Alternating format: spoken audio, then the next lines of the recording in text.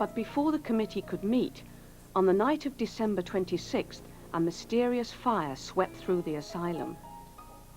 All the records were burnt, and so were 4 patients, at least. I don't think they ever knew exactly how many patients they had. Dr. Best was a long way away, seeing a private patient. The housekeeper and the apothecary were out keeping Christmas. 2 of the 4 attendants were off duty, and of the other 2 attendants, 1 couldn't bear smoke. So by the time the fire was under control, there were no records, and at least 4 patients had died. But the campaign went on. In the spring of 1814, Higgins finally came face to face with the reality of what he had been fighting against. In the week of the spring assizes, I procured a special meeting of the governors of the asylum.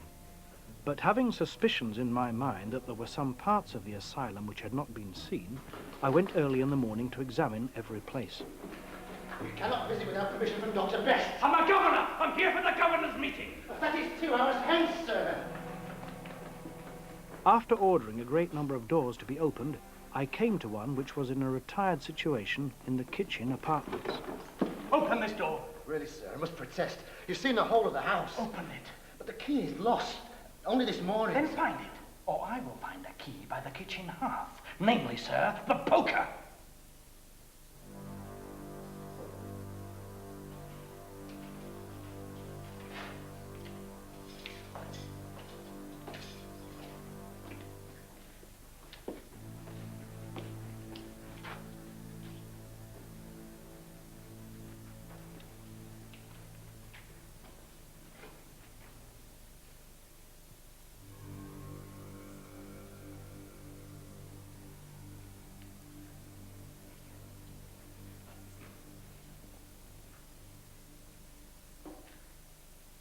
There I found a number of cells of about 8 feet square in a very horrid and filthy situation.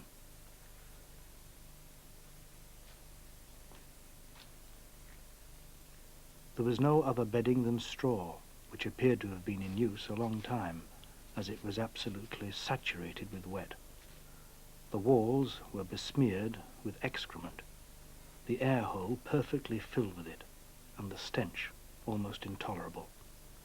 And even though Best had insisted that shackles and irons were no longer employed, a chain with a waste iron was fastened to rings in the wall.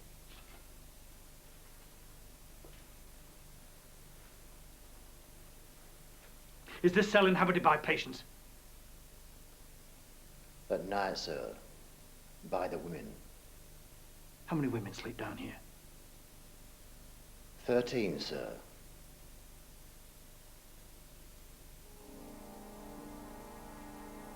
I then desired him to find me a woman who came out of the cells that morning. I was afraid that afterwards he should deny what we had seen together.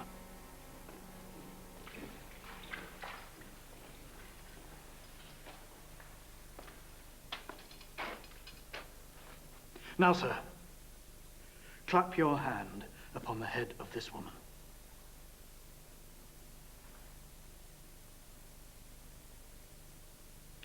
Is this one of the very women that were in these cells last night?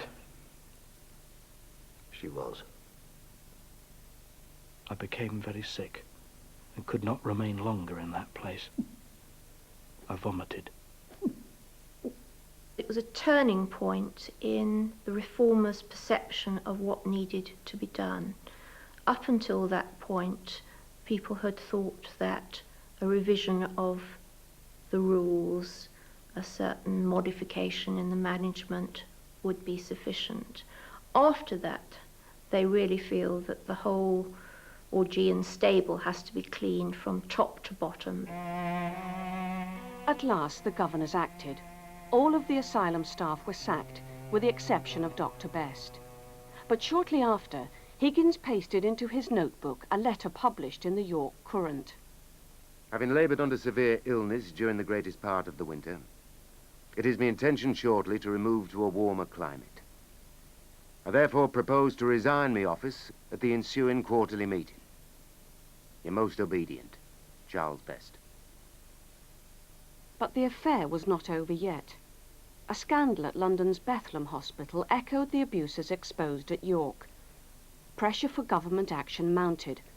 Finally, in 1815, Parliament set up a select committee on the state of madhouses in England. On the morning of the 1st of May, the committee called its first witness. Mr. Godfrey Higgins.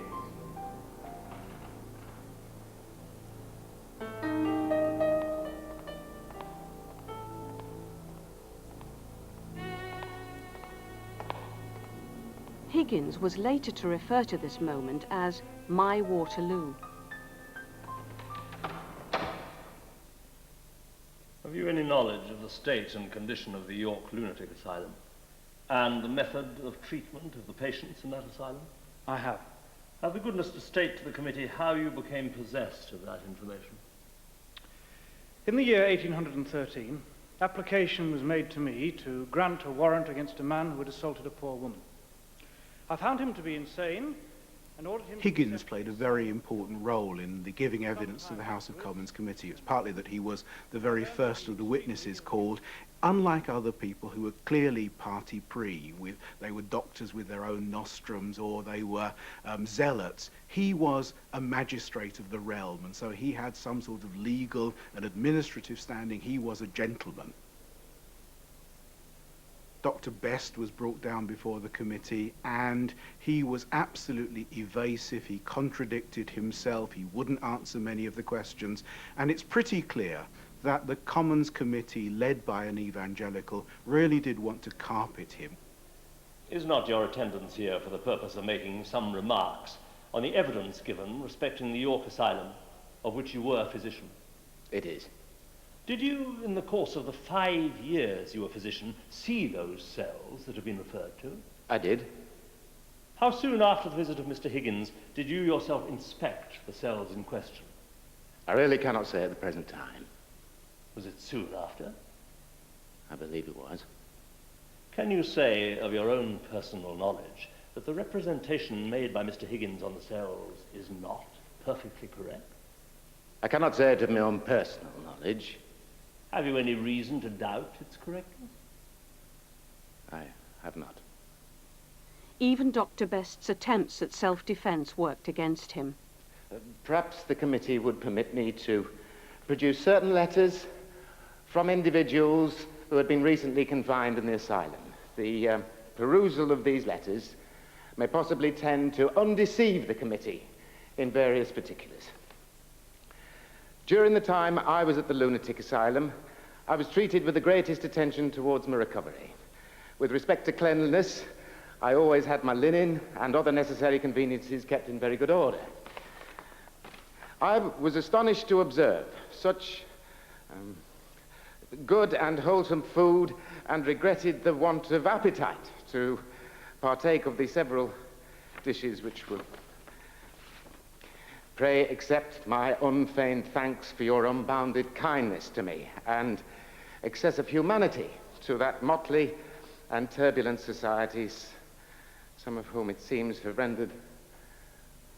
Thank you, Dr. Best.